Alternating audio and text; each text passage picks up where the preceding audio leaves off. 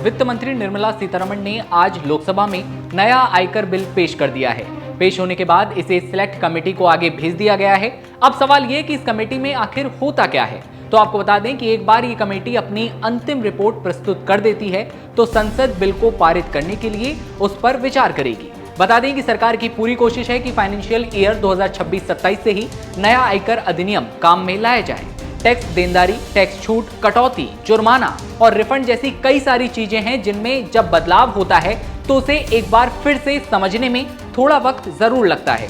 जैसे कि कोई भी नया बिल आता है तो उसके बारे में जानने और समझने के लिए लोगों को वक्त की कमी ना हो, इसके लिए सरकार सभी स्टेक होल्डर्स जैसे कि करदाताओं, कर विशेषज्ञों और आम नागरिकों को नए कर बिल को समझने और नए आयकर कानूनों के लिए पूरी तरह से प्रिपेयर होने के लिए फुल टाइम देती है। एक और सवाल जो आमतौर पर सभी के मन में आया कि इस बिल को लाने की जरूरत आखिर क्यों पड़ी, तो आपको बता दें कि सरकार प्रत्यक्ष कर कानून की भाषा को सरल बनाने और मुकदमेबाजी को कम करने के लिए नया इनकम टैक्स बिल लेकर आई है। इसको लाने की घोषणा पिछले साल जुलाई में ही कर दी गई थी। तब आयकर अधिनियम 1961 की समीक्षा की घोषणा की गई थी। समीक्षा की घोषणा इसलिए की गई क्योंकि वर्तमान आयकर अधिनियम जो कि 6 दशक पुराना है, पुराने टैक्स कानून 1961 की जगह पर इसे लाया गया था। पुराने टैक्स कानून में कई सारे सेक्शन और सब सेक्शन दिए गए हैं, लेकिन न्यू इनकम टैक्स बिल में ज्यादातर सब सेक्शन को खत्म कर दिया गया है। वहीं न्यू इनकम टैक्स बिल को और आसान बनाने के लिए इसकी भाषा को सरल किया गया है जो आम लोगों को भी आसानी से समझ आ सके। They are not mechanical change. Substantial changes are being made. Number of words have come down by half. Where there was 5.5 lakh words, now it's come down by half. Sections have come down. Chapters have come down. It's in plain, simple English and plain, simple Hindi. And therefore, these are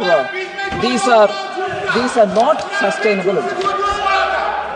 आप motion लाएं, माननीय मंत्री जी, motion ले आएं। पहले sir प्रश्न मैं पढ़ता हूं, फिर इसका मोशन लाना आप। प्रश्न ये है कि विधेयक को पुनर्स्थापित करने की अनुमति प्रदान की जाए। जो सदस्य इसके पक्ष में हाँ कहें, जो सदस्य विरोध में ना कहें। मेरे विचार में निर्णय हाँ वालों के पक्ष में, हाँ वालों के पक्ष में माननीय मंत्री विधेयक को पुनर्स्थापित। आप किस पे ना कर रहे हैं आपको पता नहीं है, आप बाहर चले गए थे। चलो माननीय मंत्री जी। Sir, I want to say, sir, that I'm moving a motion. With your permission, sir, I rise to move that the House agrees to authorize Honorable Speaker yourself, sir, to constitute a select committee of this House on the Income Tax Bill 2025. The terms and conditions regarding the committee will also be decided by the Honorable Speaker. The committee shall make a report by the first day of the next session. आयकर अधिनियम 1961 की समीक्षा को 4 श्रेणियों में बांटा गया है। पहले नंबर पर है भाषा का सरलीकरण, उसके बाद मुकदमेबाजी में कमी, अनुपालन में कमी और अनावश्यक या फिर अप्रचलित प्रावधान।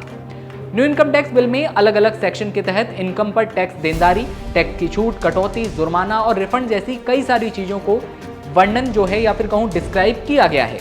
किस सेक्शन के तहत डिडक्शन का लाभ कितना होगा, किसके तहत पेनल्टी और रिफंड के जो तौर तरीके हैं, कौन सा सेक्शन किस पर लागू होगा, इन सभी चीजों को अब साफ कर दिया गया है।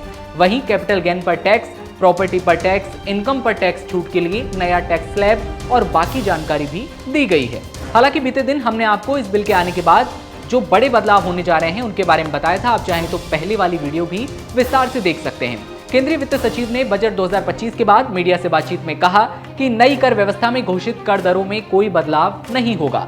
नए आयकर बिल का उद्देश्य कानून को सरल बनाना और भविष्य में मुकदमेबाजी को कम करने के लिए कर निश्चितता प्रदान करना है। हालांकि कई कर विशेषज्ञ आयकर अधिनियम के दंड और अभियोजन कानूनों में बदलाव की उम्मीद कर रहे हैं। कर विशेषज्ञ वर्तमान आयकर अधिनियम के तहत निर्दिष्ट कई अभियोजन कानूनों को अपराध की श्रेणी से बाहर करने की भी उम्मीद कर रहे हैं। बड़े बदलाव की बात करें तो नए आयकर कानून में प्रीवियस ईयर और असेसमेंट ईयर को खत्म कर दिया गया है। अब केवल टैक्स ईयर होगा। अक्सर टैक्स पेयर से समझने में ये गलती कर जाते हैं कि उन्हें किस वित्त वर्ष के लिए ITR फाइल करना है। टैक्स ईयर का ये कॉन्सेप्ट इस कंफ्यूजन को खत्म करेगा, जिससे टैक्स फाइलिंग करने वालों को ज्यादा आसानी होगी। इसके साथ ही आपको बता दें, नए आयकर कानून को 1 अप्रैल 2026 से लागू करने का प्रस्ताव है। आगे क्या कुछ बड़े अपडेट सामने आते हैं ये देखने वाली बात होगी। कैमरे के पीछे मेरे साथी रोहित, मैं हूं आपके साथ दिव्यांशु राठौर। तमाम खबरों के लिए आप बने रहिए NBT ऑनलाइन के साथ। नमस्कार।